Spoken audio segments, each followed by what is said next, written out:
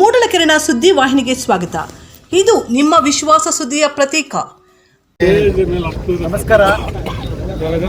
ಇವತ್ತಿನ ದಿನ ನಮ್ಮ ರಾಜ್ಯದ ನಾಯಕರು NDA ಒಕ್ಕೂಟದ ರಾಜ್ಯ ನಾಯಕರೆಲ್ಲ ಕೋಲಾರ ಜಿಲ್ಲೆ ದೇವಮೂಲೆ ಆಗಿರ್ತಕ್ಕಂಥ ಮುಳಬಾಗಿಲಿಗೆ ಆಗಮಿಸುತ್ತಾ ಇದ್ದಾರೆ.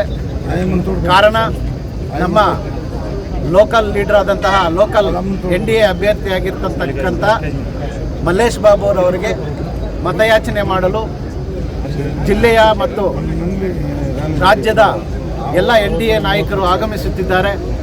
ಇದು ಭರ್ಜರಿಯಾಗಿ ಈಗಾಗಲೇ ನೀವು ನೋಡಿದ್ದೀರಾ. ನಾಯಕರುಗಳೇ ಇಷ್ಟೊಂದು ಜನ ಸೇರಿದ್ದಾರೆ ಅಂದರೆ ನಮ್ಮ ಮುಖಂಡರುಗಳು ಎಷ್ಟು ಮಟ್ಟಿಗೆ ಸೇರಿರ್ಬೋದು ಅಂತ ಒಂದು ಊಹೆ ಮಾಡ್ಬೋದು.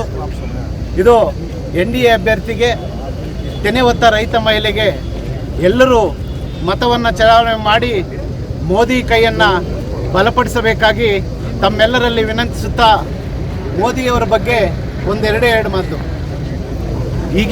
ಇಂದಿನ ದಿನ ಜಮ್ಮು ಕಾಶ್ಮೀರಲ್ಲಿ ಮತ್ತು ಬೇರೆ ಬೇರೆ ನಕ್ಸಲ್ಸ್ ಪೀಡಿತ ಪ್ರದೇಶಗಳಲ್ಲಿ ಯಾವ ರೀತಿ ಕಾಂಗ್ರೆಸ್ ಗೌರ್ಮೆಂಟ್ ಇದ್ದಾಗ ಯಾವ ರೀತಿ ನಡೀತಾ ಇತ್ತು, ಬಾಂಬ್ ಬ್ಲಾಸ್ಟ್ ಆಗೋದು, ಸಾವಿರಾರು ಜನ ಸಾವಿಗೀಡಾಗೋದು ತಾವೆಲ್ಲ ಕಂಡಿದ್ದೀರಿ. ಈ 10 ವರ್ಷ ಮೋದಿಜಿಯವರ ಆಡಳಿತ ಬಂದ ಮೇಲೆ ಅದು ನಿರಂತರವಾಗಿ ಕಡಿಮೆ ಮಾಡ್ತಾ ಬಂತು. ಈಗಿನ ದಿನ ಜಮ್ಮು ಕಾಶ್ಮೀರದಲ್ಲಿ ಕೂಡ ಒಂದು ಗಲ್ಲಿಯಲ್ಲಿ ಹೋಗಿ ಕ್ರಿಕೆಟ್ ಆಡ್ಬೋದು ಅಂಥ ಪರಿಸ್ಥಿತಿ ಬಂದಿದೆ. ಜಮ್ಮು ಕಾಶ್ಮೀರದಲ್ಲಿ ಮುಸಲ್ಮಾನ್ ಬಾಂಧವರು ಬಾಗಿಲ ಮೇಲೆ ಜೈ ಪಾಕಿಸ್ತಾನ್ ಅಂತ ಬರೀತಾ ಇದ್ರು ಮೊದಲಿನ ಕಾಲದಲ್ಲಿ.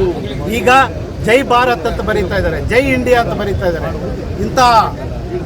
ಇಂತಹ ನಮ್ಮ ಸಮಾಜ ಬದಲಾವಣೆ ಆಗ್ತಾ ಇರಬೇಕಾದ್ರೆ ನಾವು ಮೋದಿಜಿಯವರನ್ನು ಬಲಪಡಿಸುವುದಕ್ಕೆ ಕೋಲಾರಕ್ಕೆ ಮಲ್ಲೇಶ್ ಅವರನ್ನು ಆಯ್ಕೆ ಮಾಡಬೇಕಾಗಿ ತಮ್ಮಲ್ಲಿ ವಿನಂತಿಸುತ್ತಾ ನನ್ನ ಮಾತನ್ನು ಮುಗಿಸ್ತಾ ಇದ್ದೀನಿ.